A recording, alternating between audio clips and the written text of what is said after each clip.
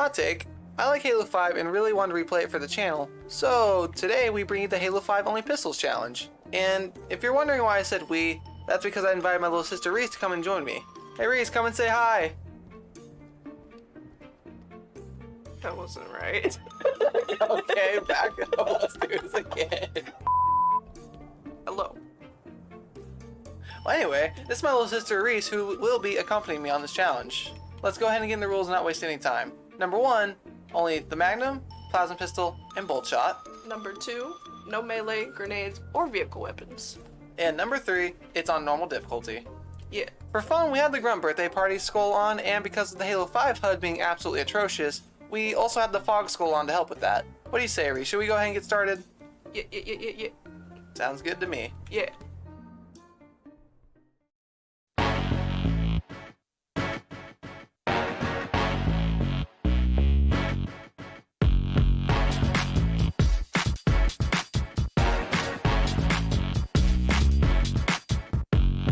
So something I didn't know about Halo 5 before starting this challenge is that each character actually gets their own unique weapon class. I always thought it was just for the cutscenes, really. Thankfully for me, Locke starts with the Magnum as his secondary, so that makes the start easier. Anyway, this first level was pretty easy and fast, but for me at least. Reese was having a bit of a hectic time getting used to Halo 5 controls while being shot at the same time. And it probably doesn't help that this is her first time playing through any Halo campaign. We quickly found out that the Magnum, while being nice for precision shots, was awful for ammo, and especially because the Prometheans were absolute bullet sponges. So if you decide to do this challenge for yourself, here's the pros and cons of each pistol. The Magnum doesn't have much going for it because of its awful ammo count and not being the best power weapon. The one positive I'll give it is it's good for headshots and making precise shots. The Plasma Pistol, also not much for power, but if used correctly in unison with the Magnum or Bolt Shot can be quite helpful. It also has a much better battery compared to its Halo 4 counterpart, now shooting for 5 bullets before dropping a single %. Plasma Pistols can also be found pretty much anywhere as long as the level contains the Covenant. And as for the Bolt Shot, its ammo count isn't great, but it's the more powerful of the 3 pistols and its bullets home in on targets. It can also be found pretty much anywhere as long as there's Prometheans in a level. Now before moving on to the next level, I would like to mention that the knights in Halo 5 are incredibly spongy and super annoying. After a quick funny moment of watching Reese crab walk, we went on with the mission.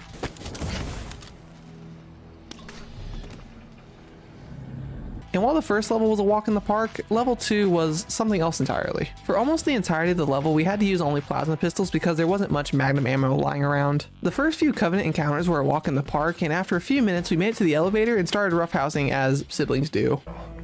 Jul Dama is a lot of things, but he's no prophet. The firefight section outside the elevator was another walk in the park. It just took longer because the Covenant felt endless and we weren't doing the best of damage. Once Chief was done having a hallucination episode, we worked our way through some dark hallways, witnessed Reese get bombed by a suicide grunt, observed an entire Covenant fleet teleport to our location, and found the hunters that broke the bridge earlier on.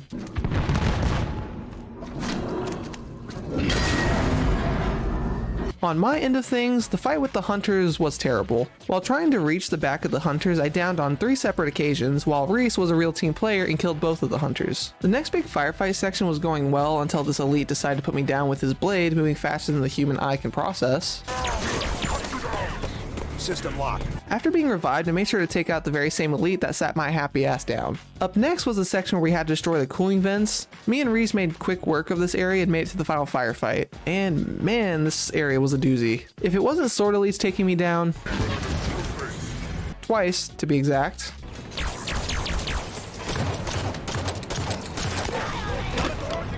then it was the second pair of hunters who showed no remorse.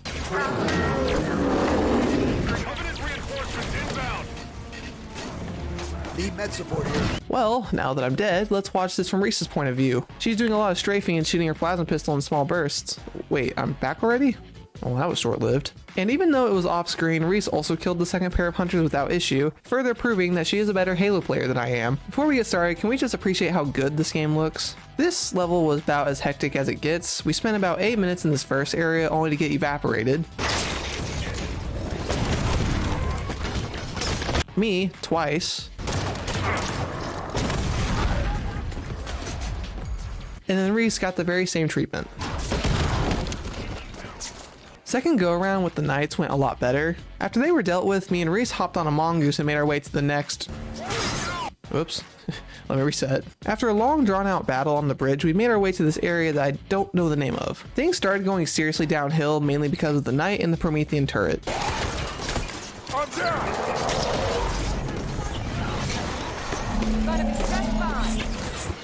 System down! System down! No worries, Locke, I got you. But thankfully, Reese, of course, being the sole survivor and the best Halo player that I know at this point apparently, was the reason we didn't have to reset. The last firefight section was really easy thanks to the help of the Magnum ammo lying around and there being plenty of crawlers which drop bolt shots whenever we were low. This level is literally nothing special. Halo 5 decided to have 3 separate missions where you have to go around, get intel, and leave. So while I went around collecting the intel, I also happened to witness Reese dry humping an injured soldier. But you came under attack, and then a UNSC ship was seen heading that way. Find your network. Gonna just act like I didn't see that and move on forward. This next level was a breeze for the most part. The section where Osiris finds Blue Team's Prowler was interesting to say the least.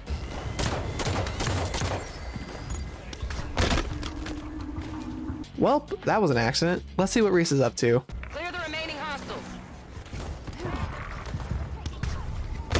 Like brother, like sister, I guess. Once we clear out this area, we found out where Blue Team went and moved on to the Promethean sniper section.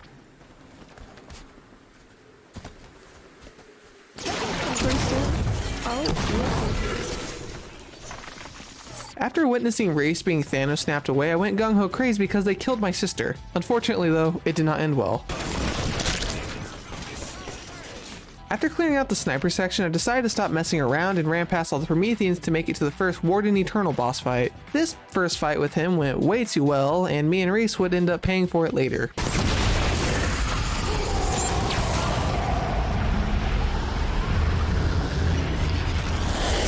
But once Warden was down, the level was over. We watched Chief and Locke have a very unsatisfying fight, and got our eardrums blown out by the Guardian.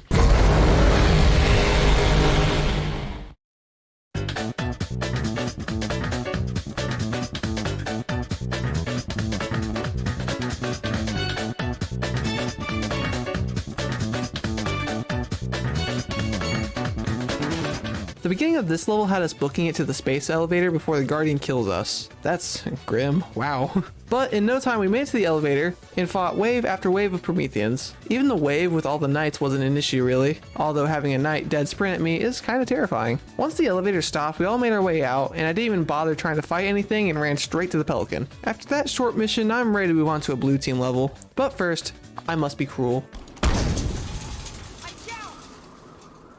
I'm sorry, that's just too entertaining. Thankfully, this level brought back the Covenant, so we had more variety in pistols. The first few fights were going well, but me and Reese had a hard time getting past these shade turrets because whenever we would get close to them, they would strip our shields immediately.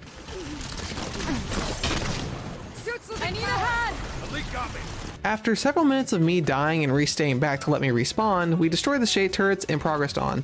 After a quick chat with Warden, we worked our way through this cave section only to find ourselves stuck fighting the Warden, and having a difficult time too, unlike the last one. One of two things happened repeatedly during this fight. Either me or Reese would die, or we would just run out of ammo. But at least one thing was consistent: the misery we experienced. Trying to fight the Warden while managing all these other Prometheans proved to be very difficult, because we would either focus on one target and the other one that we weren't focused on would come and kill us, or vice versa. At one point I had to revive Reese, but then I would immediately make her chances of killing Warden even harder.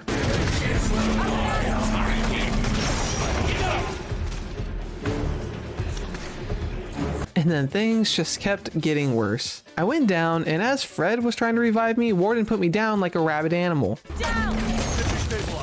Then thankfully Linda went to revive Reese by the skin of her teeth. Like, it was a really close call. Just look how much health she had left. Warden really is just a big bully. When I was searching for ammo for my bolt shot, Warden smacked me into the abyss. After several more minutes, we finally killed him. With Warden down, again, we progressed on and beat the level.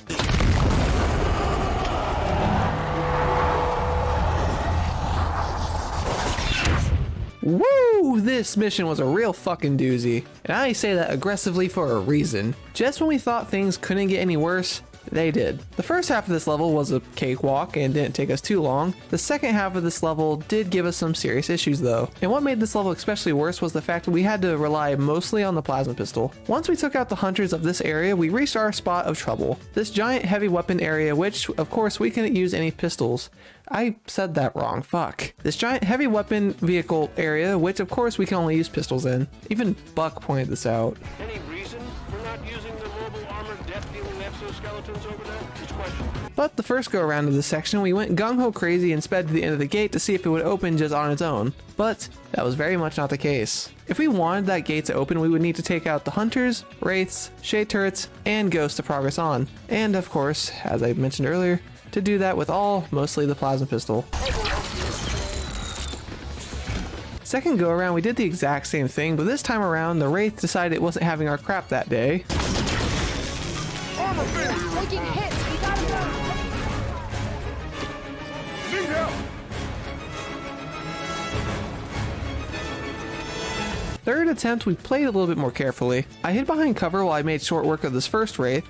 Well, that's what I would say if I didn't use most of my ammo trying to destroy the strong part of the tank. After a couple minutes of struggling, what we ended up doing was I would get on the wraith to board it, then Reese would focus on shooting its weak spot in the back. Up next was the pair of hunters that were directly below us. It was rough for a while because the hunters were doing their jobs very well. Even after that, Reese was able to take out the last hunter, but it would all be for nothing because the ghosts that were up next decided to Tokyo drift into me and Tanaka. And since Buck was dead and Reese was already down, we had to start the section over. Fourth try was, well, an attempt.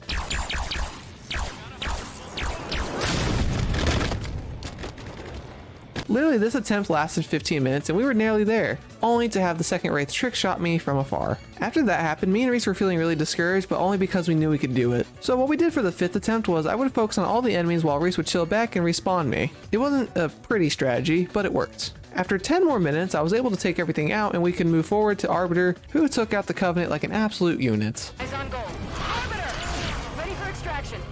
Pardons? What is the meaning?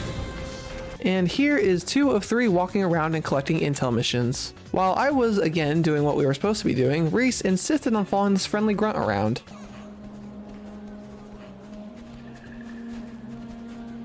After talking with Halsey, we met up with Palmer and went on to the next level. And speaking of the next level, it was nothing special and was incredibly boring really. In typical fashion, we took out whatever enemies were in our way, got aboard the Kraken to destroy it. 343, I still can't forgive you for not using the Kraken for anything cooler than just a set piece. Got stuck on these rocks for a short time, then finally got inside the Forerunner structure to grab the Constructor. After getting the Constructor, we struggled killing all the Prometheans in this section because we kept running out of ammo and because the Knights were being obnoxious once again. But with all the Prometheans taken out, we beat this level. And now we have finally reached our last walk around and collect intel mission. After sizing myself up next to Arbiter, we talked to Halsey and got ready for the next level.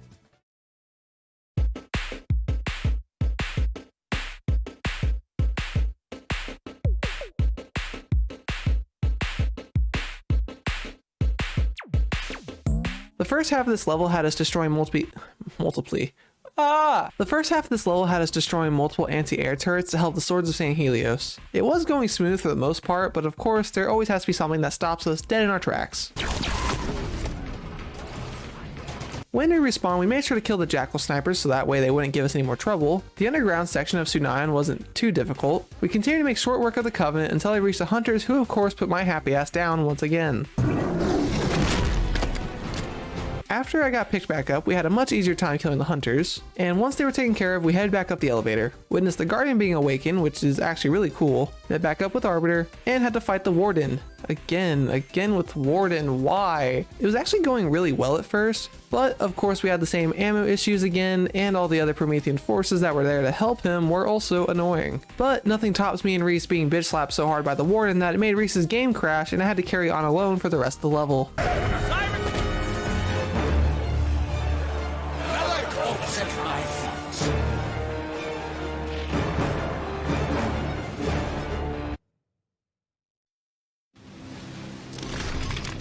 The only positive of Reese not being here for the boss fight was that I didn't have to split my ammo with her, which made it easier for me to kill Warden.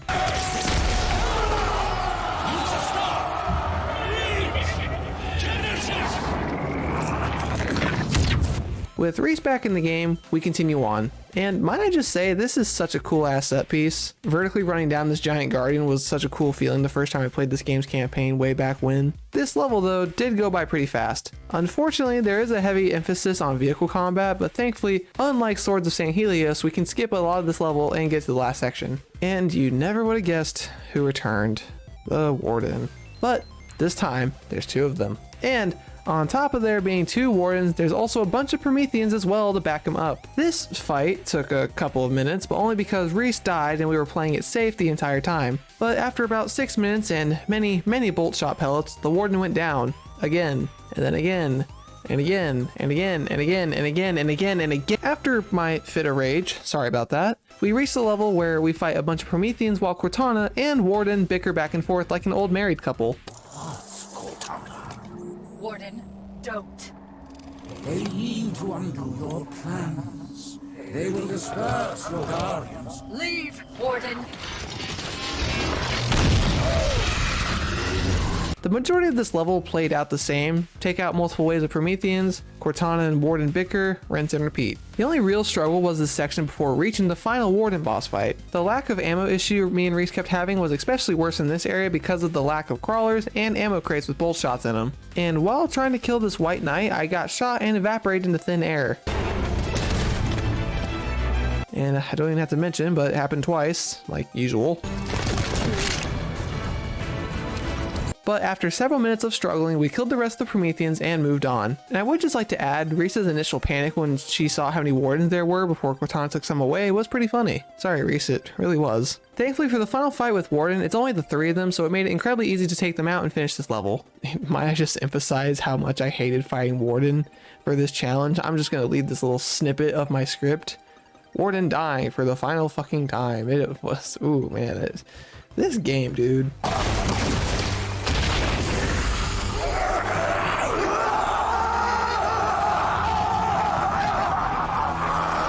And lastly, here is another cool ass set piece. Literally just look at all the Guardians. Since it only takes one of them to police an entire solar system according to Exuberant, seeing this many is quite cool and actually very intimidating if it was real life. Alright, I'm getting ahead of myself and I need to talk about this level. This last level was a royal pain in the ass because everything was dead set on ruining our progress.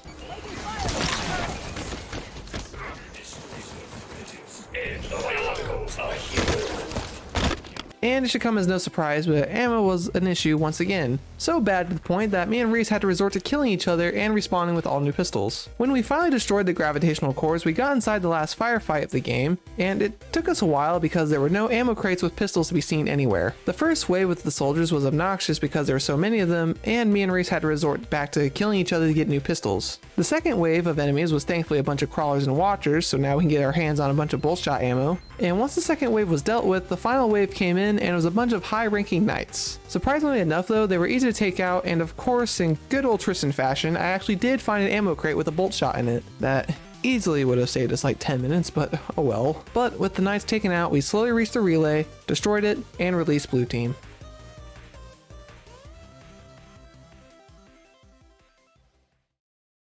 Well, that's the end of the challenge run.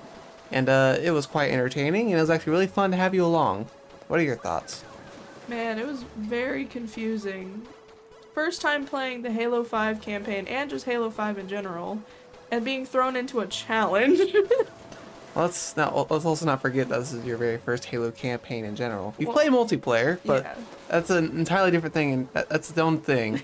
Yeah. Your very first Halo campaign was Halo 5, and I am sorry about that. Just watching the story and out of whack. So out of context. You have no idea who anyone is in Osiris, I know or Chief. even Blue Team. You know Chief, but that was pretty much it. And Cortana. And Cortana, but And you don't even Cat. see her until like Reese. Cat's in Halo Reach, and that's the fucking. I know her. Okay. I didn't say she was in 5. Fair point. Anyways, before we end off here, any other pointers or just what you want to say about the entire experience? Very fun, confusing, and interesting. I guess final question for you is, would you do it again? Always. Always? Always. Man, that's a strong I'm feeling. prepared. Anyways, this outro's gone on long enough. Want to do the outro with me? Feel free to leave a like. Bye-bye. You know what? That's it. That's it for the outro. Fuck subscribing. If you don't want to subscribe, that's fine. Have a great day.